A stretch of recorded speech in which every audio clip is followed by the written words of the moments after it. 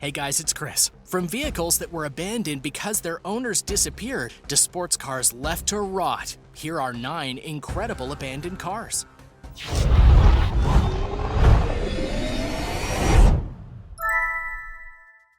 Number 9.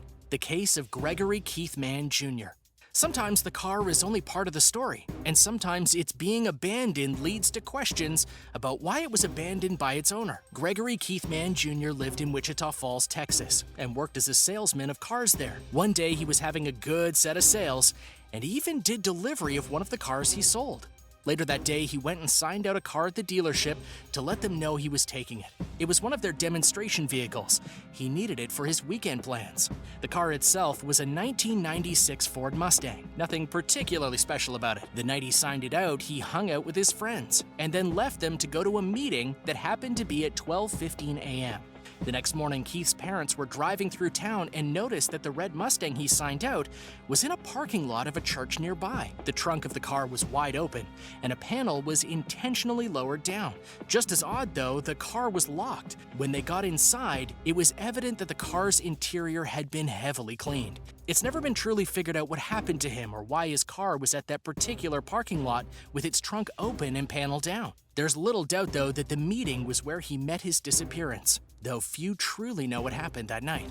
Number 8. Carhenge. Stonehenge is by and large one of the most recognized and beloved monuments in the world. This monument is a wonder in and of itself, but you can't help but wonder how it got made. But as the United States often does, they like to make their own versions of things. And so they decided to make their own monument called Carhenge. And your eyes aren't deceiving you. It's a Stonehenge comprised of abandoned cars. It was built in the 1980s by a man who wanted to honor his father, who owned land in Alliance, Nebraska. Every car you see at the monument is pretty much from the 1950s and 1960s. So in a way, it's a tribute to classic cars. But what is easily the most impressive thing about Carhenge is the logistics of it. What do we mean by that? Well, it's simple. It's called Carhenge because the creator went to extreme lengths to make sure that every single car used in the monument was perfectly placed to match Stonehenge. And it worked, because it looks exactly like it, just there are cars instead of stones. If you wish to go and see Carhenge for yourself, you can find it in Nebraska. Have you been there? Have you seen it? Let me know in the comments below. Number 7. Abandoned Lamborghini Miura S.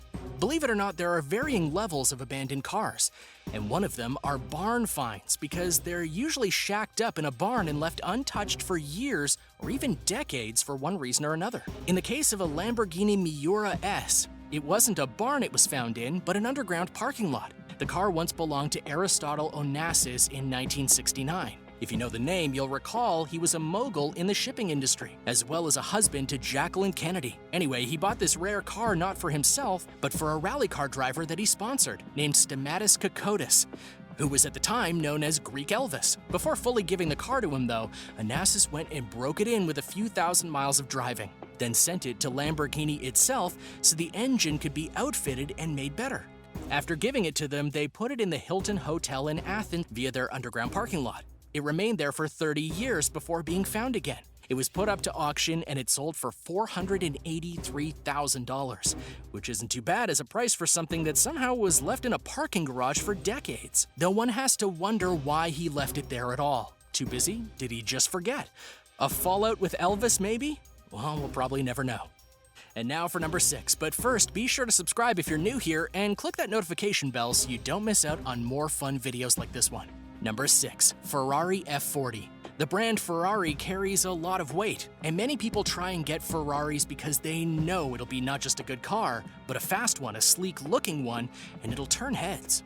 Would you like to know who specifically thought this was a good car brand? Saddam Hussein. Yes, the former leader of Iraq did indeed like the car brand so much that he bought a Ferrari F40 for his son Uday, which at the time would have cost about $500,000, give or take. But the interesting story behind this particular Ferrari F40 is that it was abandoned during the Iraqi War. Specifically, it was cast aside after Uday himself was killed in a firefight with US soldiers. A curious mystery still lingers, though, in that apparently Uday Hussein wanted all of his cars burned. So why did this particular one survive? Number 5. Bugatti Veyron. Sometimes you honestly have to wonder what people were thinking when they abandoned their cars. Such is the case with the Russian who left behind a Bugatti Veyron. And the reason we're singling this particular one out is because the Bugatti Veyron is widely considered one of the best and fastest cars in the world, and it's one of my personal favorites. It's an established brand that many trust and many celebrities try and get one during their careers. The one that was abandoned was apparently worth $1.5 million more or less. The other reason you have to wonder what they were thinking is because if you look at the results of the abandonment, you'll see that this car is now filled with rust and dirt and grime. Could it be restored? Absolutely. But even if it was, it would lose much of the original parts, no doubt, because of the rust and filth that's on it.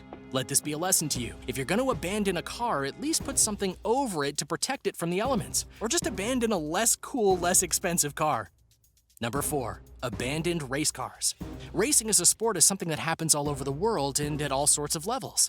From rally car racing to derby racing, drift racing, Formula 1, and of course NASCAR, there are tons of vehicles that hit the tracks and roads in order to try and achieve victory.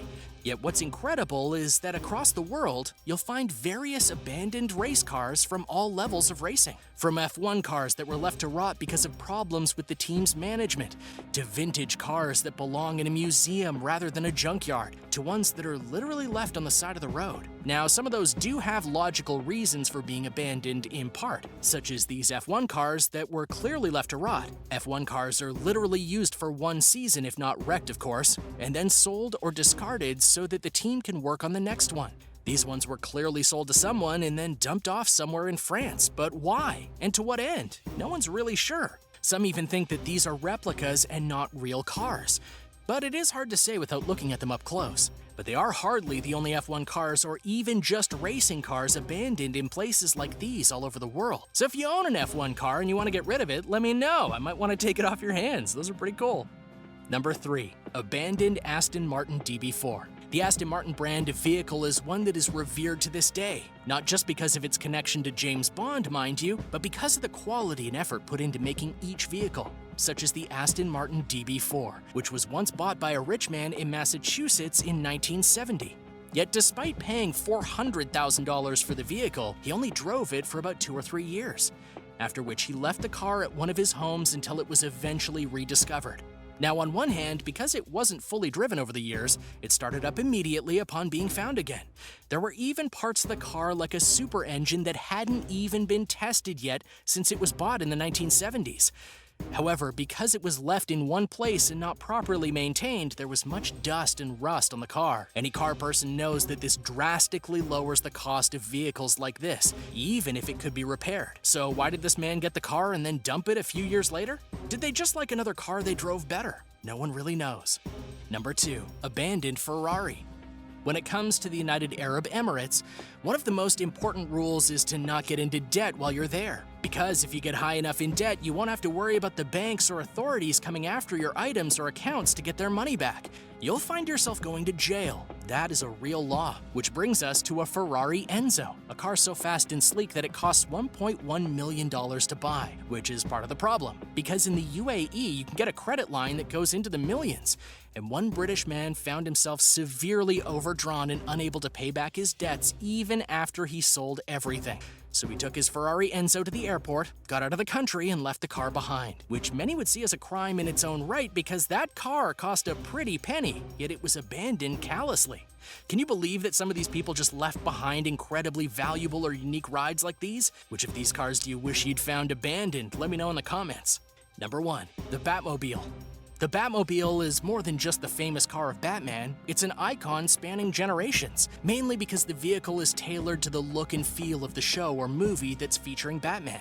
From the first live-action Batmobile via the Batman 66 series all the way up to the Bat Tank from the Dark Knight trilogy and beyond, the Batmobiles are iconic and legendary even.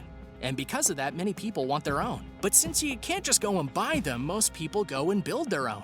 Like one such person who went and built the Tim Burton Batman movie version that featured Michael Keaton as the Dark Knight. This is one of the top-tier Batmobiles, and someone clearly wanted to make it, but then they abandoned it.